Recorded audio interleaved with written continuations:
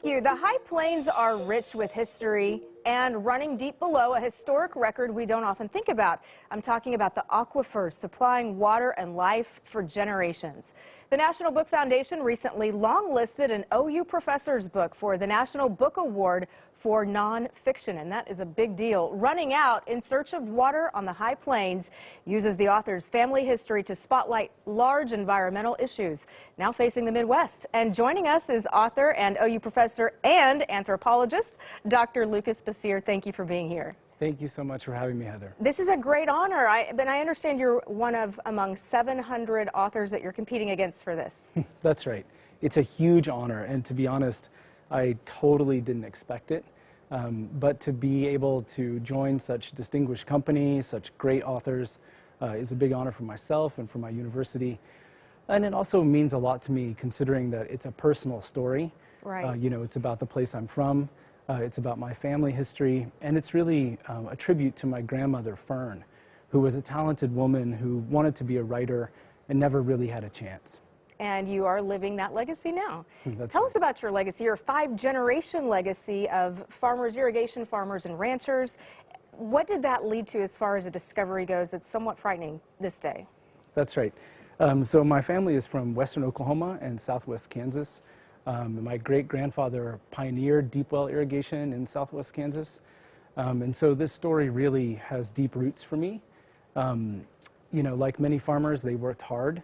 Some years they were able to make it. Some years they only survived with the help of groundwater.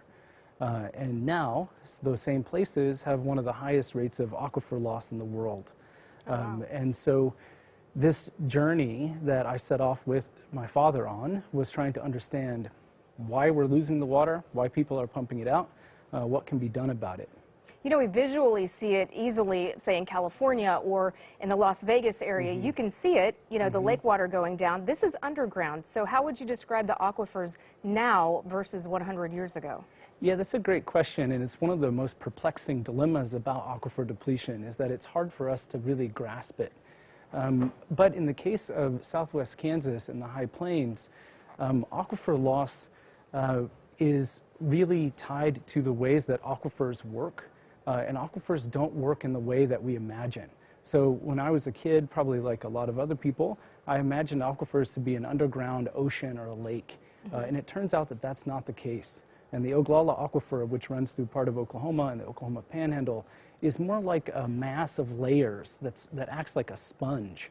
And it stretches from South Dakota all the way to Texas.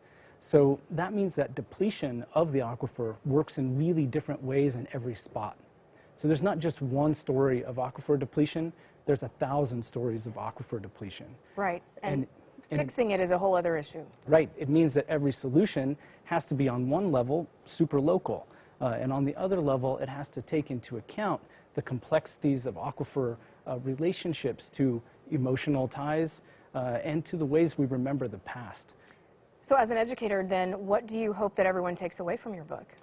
Well, I hope that people understand that this is a complicated problem, it's a big deal, but we shouldn't give up on it. There's reasons to hope, there's reasons to get involved, and there's reasons to join in the struggle of many people across the High Plains, in Oklahoma, in Kansas, in Nebraska, in Colorado, and Texas, who are really doing their best to save something of the aquifer for future generations. You know, it's fascinating to learn more and more about Oklahoma every day that a lot of us had no idea about. Best of luck with the National Book Award. We wish you the very best for that. Thank you so much. Thanks for being here.